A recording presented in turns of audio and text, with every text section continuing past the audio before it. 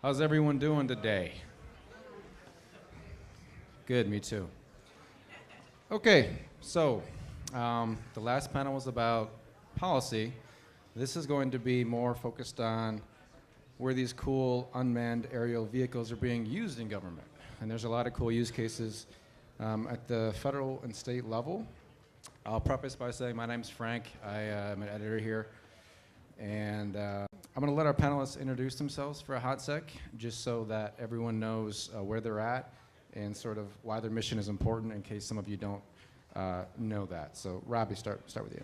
Yeah, I'm Robbie Hood, and I work for the National Oceanic and Atmospheric Administration, and that's basically a federal agency that looks at everything that we're trying to understand: the planet, the ocean, the atmosphere, everything that's happening. And so, like the National Weather Service is part of NOAA, the National Ocean Service is part of NOAA, the National Marine and Fisheries is part of NOAA, and we also have another operational agency that is called NESDIS, which is in charge of all of our satellites. So our role right now is the program that I'm leading is the Unmanned Aircraft System Program, and we're looking at how can we bring this kind of observing system into the agency, because we rely on observations incredibly, a lot amount. I mean, almost everything that when you think about the Earth, the satellites that are looking at the Earth, the ocean buoys, the rain gauges, the weather balloons, the weather radars, all these observations are really important to us. And we want to see how we can bring UAS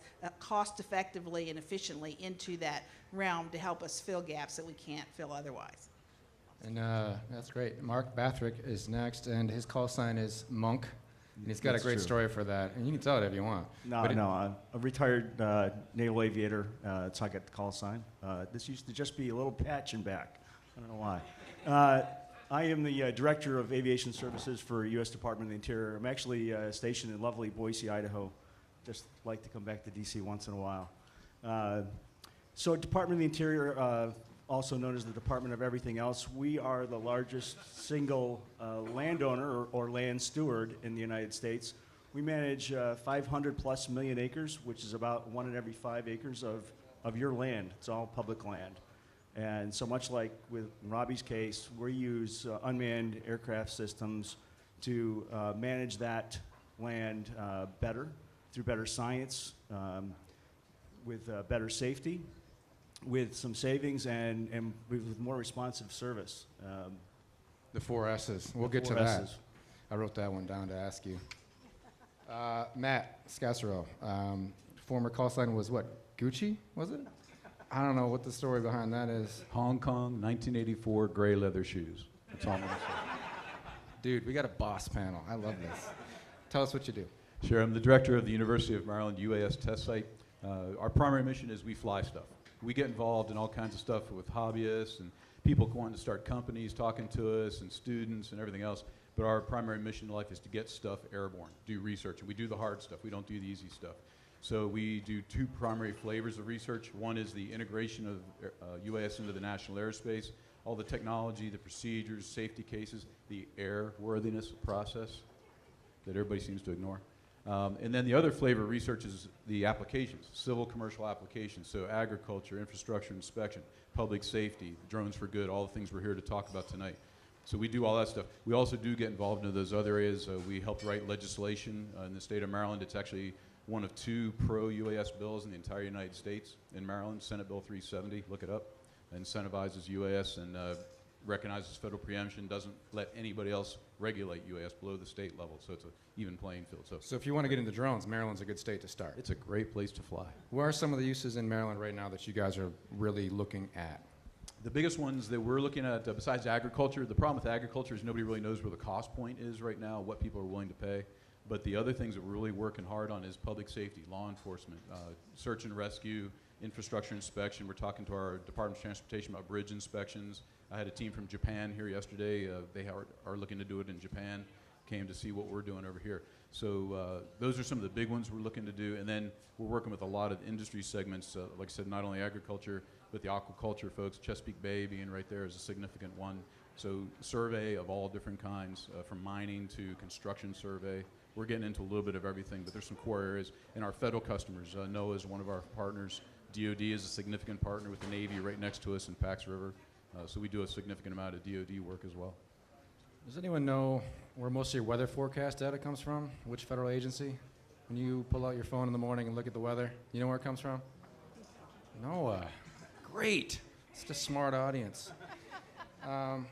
Robbie, talk about that, because you guys do all the data collection for U.S. weather forecasts. You get it from ground stations, you get it from satellites. You guys just had another environmental satellite launch recently, and you have another one planned in the next few months that will produce somewhere in the order of, I've read 20 terabytes of data per day, just raw forecast data.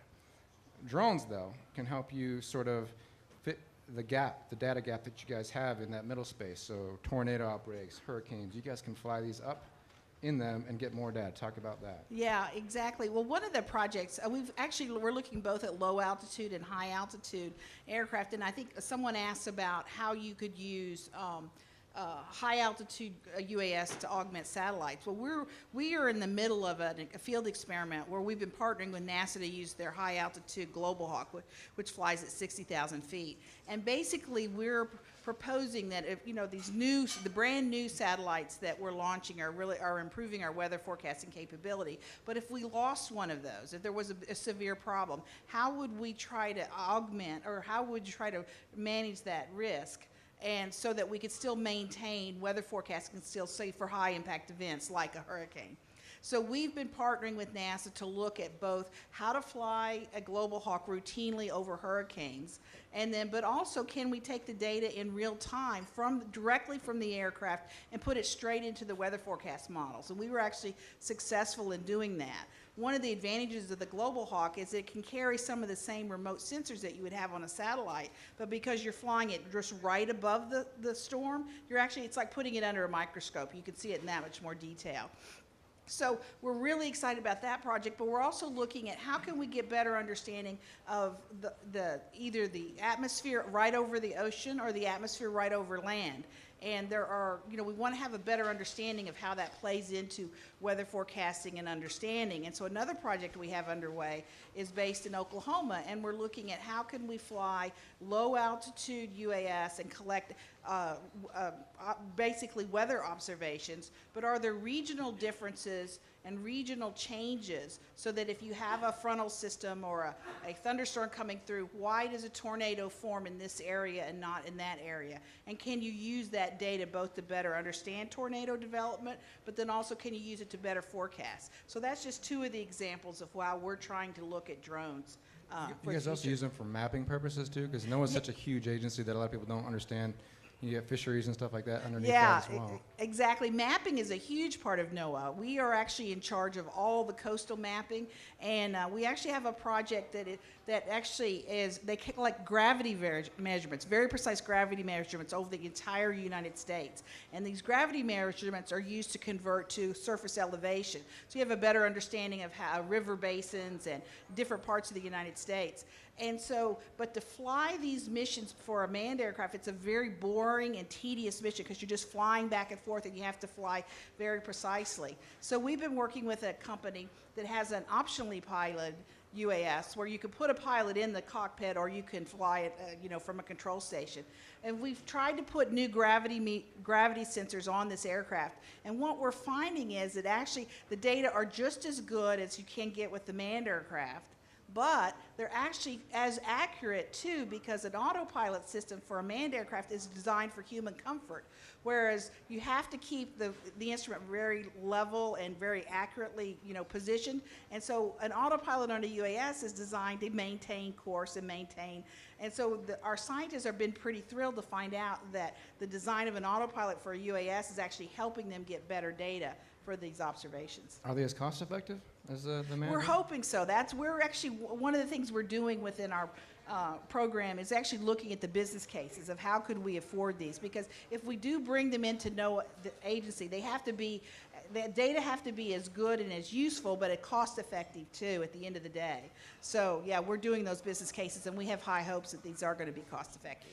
So Mark, that pilot optional is a good segue to talk about some of the cool work that you guys are doing. One of the instances we talked about was your optional pilot helicopter that you guys have tested out now twice, I think, in fighting fires. So you guys are probably familiar when you see on the news wildfire out west. Often during the daytime hours, they'll have a manned helicopter dunk those big 400-gallon tanks in the water, drop them over the fire. They sort of help the ground firefighters out, and retardant is in there as well, I think. But what they've explored doing is using optional pilot helicopters to do the same thing, and they can actually pilot those potentially 24 straight hours, right? That's correct. Yeah, one of the challenges, we've been fighting fires from the air for 80 years, supporting the ground firefighters. And let me make no mistake, the ground firefighters are the ones who contain and extinguish the fires. But we've only been able to support those ground firefighters about 8 hours a day. We don't fly at night because although we have that capability now with night vision devices, it's very expensive. It takes a long time to get qualified in that area and to maintain it. And although our fire seasons are getting extended, it's still kind of a seasonal thing that we do. And we don't fight fire from the air in the morning largely because we'll end up with a smoke inversion. You can't see the ground. And so we end up with our firefighters not being supported. This optionally piloted helicopter technology was actually developed for the Marine Corps in Afghanistan to ferry supplies to forward Marine bases to avoid those ground convoys that kept getting hit by the improvised explosive devices. And so in 2014, I went to them and said, hey, do you think you could kind of modify this and maybe we could test it on wildland fire missions? And so we did one test at the New York State UAS test site in 2014, and then we brought it out to Boise for some real-world terrain, and it did quite well. We're hoping to continue to refine and test that capability, but imagine being able to support those firefighters not only with direct attack support, but also with resupply support so they can continue fighting the fire from the ground and really triple the amount of time you're supporting them from the air. So I think it could be a game changer. I want to talk about one other, well, we have another couple use cases that you guys do. You guys are probably the most mature drone program in government, or close to it, right? You guys have been doing this for 10, 12 more years? We started our program in 2006. We started flying training missions 2009. We've been flying actual mission applications since 2010, and we've flown over 20 different mission applications since then for over a couple thousand missions. You guys fly into volcanoes when they're active and about to explode? Well, we do that. We fly towards volcanoes. Yeah, we're one of the few agencies that does that. With manned helicopters, we think that's another great use case for unmanned vehicles. It allows us to go into places, landslide areas, flood areas, earthquake areas, where we don't have to hazard folks. And that's one of the things we see with unmanned aircraft. So being able to take people off the ground or out of hazardous situations is a real benefit there. There's another one, too, where you guys are thinking about doing this, and that's quote-unquote arming your drones, right? But not arming them in the way that we think when we talk about the military, arming them with tranquilizers, right? Right. So one of our responsibilities is managing... Discipline bad employees or anything, but no, not bad employees. We don't tase anybody from the air. We're talking about some of those threatened and endangered species that we like to put a radio collar on and maybe track their health. Right now, we kind of chase them down with a helicopter and a guy with a dart gun hanging out there on a belt, and it's a very dangerous mission for the folks in the helicopter, and the animal's not too pleased either. So, I'd like to. I see in the future we have a very quiet drone, and the first thing the animal knows, it's feeling a little sleepy, and then the biologists come out and take care of business. So that's one arming. The other mission that we're looking at is to arm them with explosives so we can go and mitigate avalanches. They claim about 150 lives in the United States each year. We've already lost some folks out in the West this season. The way we do it now, we send people up into the snowfield to set charges. So actually put them in danger there, or we'll fire a howitzer into the hill, and maybe it goes. I gotta come work for y'all. This sounds like a lot of fun. It's way out of our league, so. In the wrong field. So we're thinking if we can put a very small charge and precisely deliver it with a drone, that would be a much better result for everyone. So those are pretty good use cases all around. And I'd be fascinated to see how some of these materialize in the next couple of years. Matt, though, when we talked prior to this, you had talked a little bit about not necessarily the drones being the most important thing, but the capabilities that come with them. So real-time data collection, the sensors that are becoming more and more advanced. There's soon going to be an AI component to some of this, I think, in data analytics once you take huge amounts of geospatial and other kind of data together. Talk a little bit about that, because that's some of the future that we're going to see in the next 5 to 10 years. Sure. There's really kind of two parts to that focal issue. First off, how many people in here own a drone or fly a drone? Show of hands. Okay. How many? Put your hands down. How many firefighters do we have? How many police? Search and rescue? Any public safety folks here? There we go. Okay, good. That's part of our issue. Most of the time, we're talking to ourselves in a closet. We get all the UAS folks together. They say, boy, wouldn't it be neat what we could do? And look at the greatest new toy, and everybody focuses on the shiny new toy. What we want to do is get together the user groups. So we do focus groups with law enforcement, search and rescue folks, medical folks, disaster preparedness folks, response folks, and we focus on what their requirements are, and we focus on that. But the other piece is exactly what you said. A lot of folks focus on the drone, the toy, maybe on the sensor, maybe on the data. But what we really need to be focusing on is turning data into decisions, and it's going through data to information to knowledge, post-flight processing into the actual data. So a lot of our discussions, especially at the university, is with our data labs, the Center for Advanced Transportation Technology, other folks, also our cybersecurity folks, because the data analytics is a huge part of it. The mathematicians are going to be the rock stars of this industry, whether it's air, ground, subsurface, surface, space, whatever. The mathematicians writing the algorithms and the software coders are the rock stars. Not the, sorry, aerospace folks. So getting the data, getting the post-flight processing, getting the information there, but then being able to protect it with cybersecurity. Because like we tell everybody, these things are nothing more than flying laptops. If you can hack a laptop, you can hack a drone. And that's actually the leading counter UAS opportunities, hack the drone. So focusing on cybersecurity, getting the data analytics for the application, talking to users. The folks that come to me every week, literally every week, saying, I want to start this company to serve farmers, to serve watermen, whatever. I said, are you a farmer? Are you a waterman? You can find one. Because if you're a drone guy, you're not going to start a company serving that guy. You've got to get them on your team. We start to have any questions in here? I want you guys to think about them, because I have a few other things I want to bring up, but if we have some questions, we can start taking those right now. Any? Seriously? Oh, we got a dude over there. Kate? Oh, sorry. Run, Forrest, run. Do you guys see any pushback from manned pilot organizations such as AOPA or possibly even the Airline Pilots Associations as you guys develop technology? Yeah, so a lot of people think, so from a safety standpoint, in the National Airspace System, I think all the pilot groups have concerns.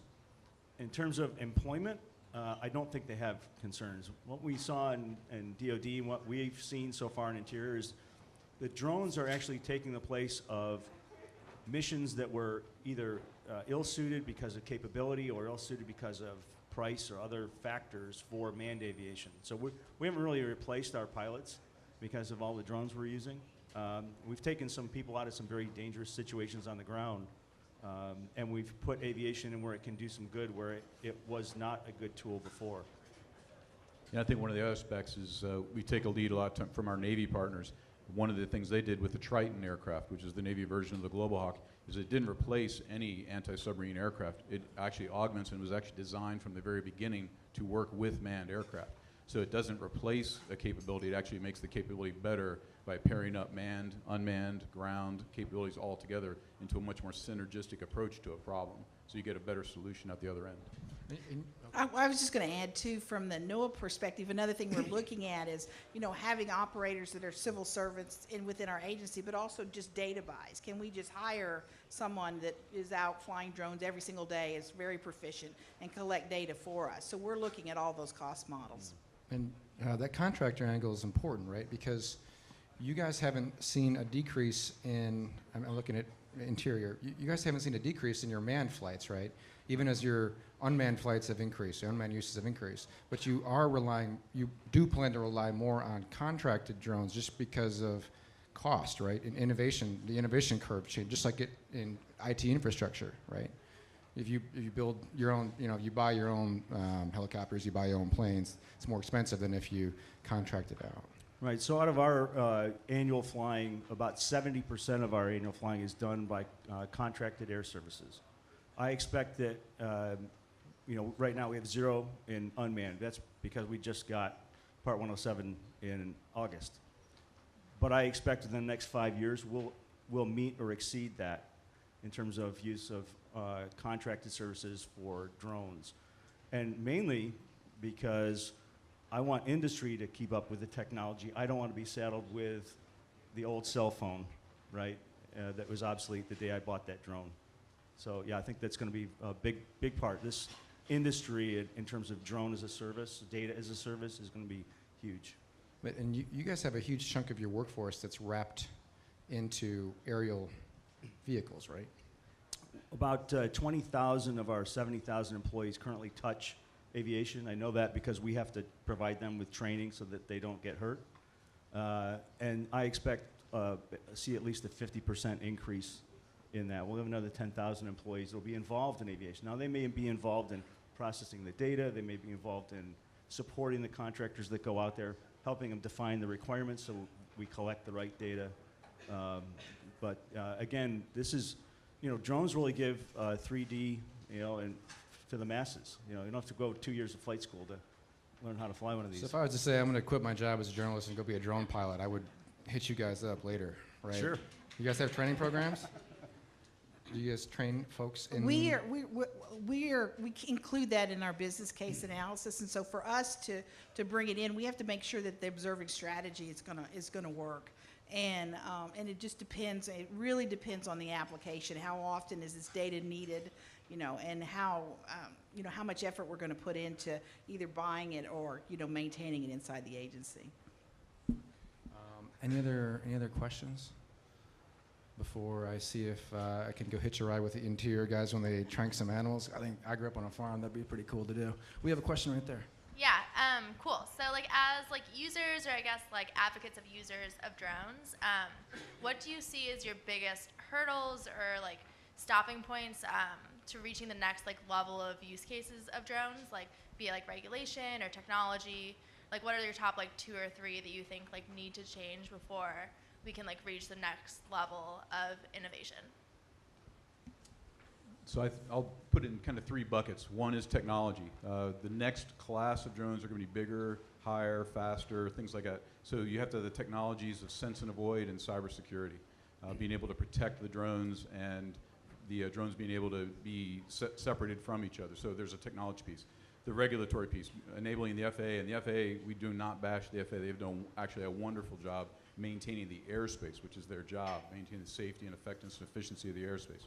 You can pay me later. But the regulations of putting them in place and going through the 18-month process and creating the safety cases, and people just really don't have an understanding for the most part of what the FAA has to go through to create those safety cases. We actually help, we being the industry, the research sites, everybody, help them create those safety cases. So that's the second thing, is the regulatory. And then the third thing is the economics. Like I mentioned with agriculture, nobody really knows in a lot of these use cases what people are willing to pay for what service. Delivery is one thing. You can kind of get a good feel for what people are willing to pay to have something delivered faster, more tailored delivery. But all these other things, farmers, unless you have the agronomist in there actually making value out of the data, what's a farmer willing to pay to get that done as a service? And I know Measure has a lot of work going into that area, trying to figure out what are people willing to pay for things. So those 3, technical, regulatory, and economics. I would add culture. So this is the 10th year, the 10th anniversary of the iPhone. If you want to have some fun, go read all of the reviews that bashed the iPhone 10 years ago, and go find those people and say, what do you think now? So we have, we're trying to get folks to adopt a new way of doing business. And sometimes they feel threatened, sometimes they're really wedded to the way they do business now. So that's one of the things we're working in our agency to overcome, is the culture. I would say for us, it's all of this stuff plus payloads. How can we take payloads that we're used to using on manned aircraft and make them ruggedized and available for smaller aircraft if that's necessary? And then as Matt said earlier, taking that data and turning it to a decision support tool. And so I think a lot of us, I think that for me, what I think is the learning curve is people first think of these as aircraft, but they're not. They're really observing systems. They're really no different than a satellite. You've got, it's a robot, it's collecting data. How are you going to use that data? How are you going to process it? How are you going to store it?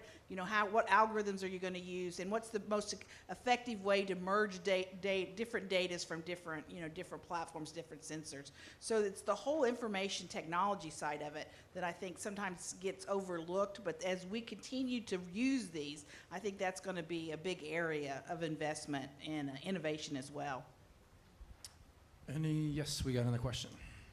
Hi, my name is Maurice. I wanted to pick up on what Robbie was saying earlier about how these are observation systems. My question is related to, how does policy change and morph as the form factors of UASs changes and moves away from being the traditional, past 5 years, quadcopter format and move into other things that are more sophisticated and maybe even more familiar, like balloons, blimps, fixed-wing aircraft. And I have a silly example in that, there's a beautiful kite festival that goes on in DC every year. People are flying hundreds, if not thousands, of tethered aircraft on the mall. But as soon as you want to put a quadcopter up there, it becomes a national security issue. So, can I just tie a string to my quadcopter and then I can go fly around the mall without fear of retribution? It's a question for the policymakers and the lawmakers to figure out, how the regulations can change and help push that innovation to different form factors. I'd like to hear your opinions on that. If you don't mind, I'll go first on that. I think you're hitting on a really good point, because it's almost the only thing holding you back is your imagination. So some of the things that we've looked at in NOAA too, and like the National Weather Service, they'd like to look at how can they reduce the cost of weather balloons that are launched a certain time of the day. They're interested in putting a UAS up with the weather balloon, and then it's released and it glides down, and then you can recover it. That's one aspect. Another aspect is really, traditionally as scientists, we're used to just having access to only one aircraft, and you load that one aircraft with every instrument you can. But with the smaller ones, why not fly them in as a fleet, or fly them in formation? And so it's learning to think in a new paradigm that I think is going to be really, really important. I think another aspect we think about, because it's your land we're flying over and managing, is the privacy piece. When a helicopter flies over, you don't think anything of it. But if a drone flies over, at least now it's not carrying a burrito yet. And so it must be looking at you. It's like driving down the Beltway. You have cars passing you all the time, but as soon as that Virginia State Trooper passes you, you're checking your speed, and because you're sure he's looking at me.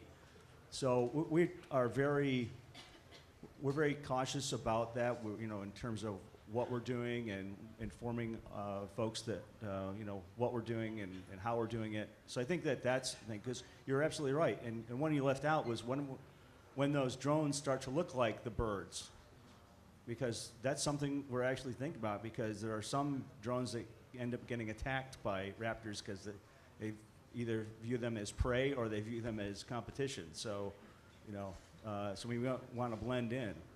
And what do you do then? So I think part of the culture has to be, this understanding and recognition of privacy. And as Matt mentioned, the whole data security thing is another thing. We don't want people streaming live pictures of a wildfire, on YouTube as we're using it for, fighting that wildfire. So that's something else to think about. Yeah, and I think just having the conversation, having groups like this and having user groups and getting out into the public and having the conversations. The Drones for Good, the public safety use of drones really helps that, because people recognize the value of that pretty quickly.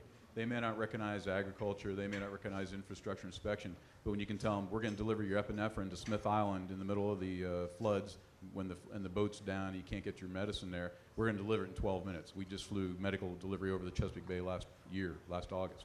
When you start showing them that you're able to add value to their lives, to their kids' lives, now they're starting to open to the conversation. They start recognizing that value. And it's kind of relative. If you talk to people in Rwanda, where they're delivering medical supplies now, delivering blood now, they don't see any issue with it.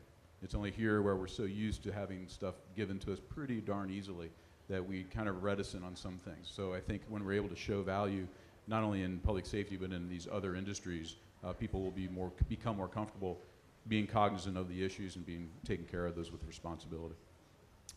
Any other questions? Oh, shoot. We don't have time for any more, but I'm going to take these four For real, I'm gonna take these four because I got nothing else to do later. Ownership of the data. Weather Channel wants the data. Can anyone get the data, and is it FOIAble? Flashbang answers, Robbie. Keep it a minute or less. Yeah, no, actually, our policy at NOAA is that data we collect is available for public access. So yes, now, we do have concerns about privacy, so we are putting it in policies, working on policies to make sure that we don't violate anybody's privacy. But, you know, we're used to working with scientific data. Those are all archived, and we're really working with our scientists to remind them that if you fly a drone, you need to archive your data, so anybody can use it. Another question. Okay, we got. Hi. You mentioned drones as a service earlier. I'm wondering if there's any contract vehicles that exist for like you guys to access licensed drone pilots on just a quick are there any plans for that? Do you ever see that occurring? Yeah, I would. We have for lots us, of we're plans. planning. Yeah. We have lots of plans. Yeah, we're exploring, like I said earlier, we're looking at business cases, and so we're probably going to be releasing some RFIs for things along those lines. So check Fed BizOps. Yeah. Type in All drone. the measure guys are drone back to writing notes down. Just make comment. We did Interior earlier this year put out an RFP for surveillance small drones over wildfire, and we learned a lot. Industry learned a lot because we could have bought an aircraft, and we could have staffed it for 24-hour operations for the pricing that came in. And so we're now helping industry understand what we mean when we set the requirements, and we're understanding what they thought we meant. So I think we'll get there, but it's just part of the process with this new technology. We had two more that I saw. Earlier, it was mentioned that Dubai Airport has started using drones to transport people. Where do you see the government using that in a similar sense, perhaps for search and rescue in the next 5 to 10 years? Well, for us, the role that we play is to collect observations, and so like for search and rescue, we might participate in helping. It would be more the case if there was an oil spill. We might help collect observations. Or one of the things that we do with fires is we have the meteorologists that are forecasting where the fire is going to go based on how it's changing the localized weather. So that's how we play into it. But I think some of the other agencies have a more direct role. Want to add to that, guys? So for Interior, we do a lot of search and a lot of rescue for folks that have overestimated their skills in camping or climbing. And so we're already looking at ways to even take a simple quadcopter and be able to drop medical supplies, food, water, cell phone, emergency blanket, those kind of things. As far as the Dubai thing, I think I need to make a trip to Dubai to go test that thing out. I'd love to go flying in that as a test pilot. But that'd be something in the future. We talked about the optionally piloted helicopter. We also don't have the ability to extract firefighters that are injured in those periods that we're not currently supporting them. If I had to make a choice between possibly bleeding out in the night and getting in a basket and pulled by a helicopter that doesn't have a pilot in it, I'd jump in that basket in a heartbeat. So I think there are tremendous opportunities that we're going to see in the next 5 years. Also, as was talked about earlier, using a swarm of drones to go out and locate someone who's lost. Has anyone seen Black Mirror, the TV show? I'm just curious. Anyone ever seen that show? Raise your hands. Y'all ever seen that bee drone swarm episode? Like 300,000 people died. We didn't talk about that in this panel, but we could have. You have anything to add to that question, Matt? All right. One final question right here, Alicia. Right here. She's had her hand up for like 20 minutes and giving me a death stare. So the FAA put out some statistics that show that there were 600,000 registered UAS in 2016. It's estimated to be 7 million in 2020. I work for a federal agency where we are concerned about allowing space for the public, but also making sure that they don't get themselves in trouble, hurt fellow recreationalists, or hurt infrastructure or other things. Are there any agencies, or have you thought about this, is good guidelines that we could look to for helping the public participate in recreation, but in a safe way? So I don't know if this is a bad thing, but I helped the National Park Service and worked with the FAA to develop their policy. So you can't fly a drone in a national park right now. And we did that because we wanted to make sure it didn't get out of hand. But now I think we need to move forward with conversations about how do we allow proper, responsible recreational use. And I think the way to do that is to prototype it in selected areas. As I certainly don't want to pull off at a national park to take some pictures and have a drone in the picture. So maybe it has to be, you know, special times, and we have to have folks that understand how to tech your drone so that we don't let your drone go out and it falls in the geyser, and you know, now what do we do there? So I think there's a lot of questions that still need to be answered. And you know, part of this, there's all these thousands and thousands of drones and pilots. You know, how do we continue to educate them? I think this is one of the big issues that we've talked to the FAA about this culture. So those of us that are pilots, we learned how to fly, but we also learned a lot about our responsibility in the national airspace, our privilege of being able to fly. If I run down to a Walmart and just buy a drone and it flies itself, I don't get that privilege. I don't get that opportunity to learn all that stuff. So I think that's another part of the issue in helping operators become a responsible part of this community. Final thoughts, 30 seconds, anyone? I just wanted to, I think one of the themes that I've picked up is based on the previous panel and then this panel, is that this is such a radically new technology that none of us can figure out how to use this by ourselves. And so I know for us in NOAA, partnering with other federal agencies, partnering with private industry, partnering with academia, we wouldn't be where we were today if it weren't for partnerships. And I think that applies to everything that we've been talking about tonight. Yeah, the collaborations is really going to be the solution. There's a lot more questions out there right now than there are answers. But working together, we can come up with the answers. We need to push on all the different aspects. We need to push on the laws, the privacy laws. A lot of it's already written. We just have to write the case law now for it. We have to push on the regulations, push on the technology, push on the procedures, the culture, all those pieces. But we have to push on it collaboratively and synergistically, and not making enemies of each other and saying those guys don't want it, these women don't want to do this. You know, we need to be working together to get to the solutions. Awesome. I had a lot of fun doing this. I want to thank our underwriters at Amazon. They've been with us for a while. And, you know, we'll have another one of these on AI coming up next month early.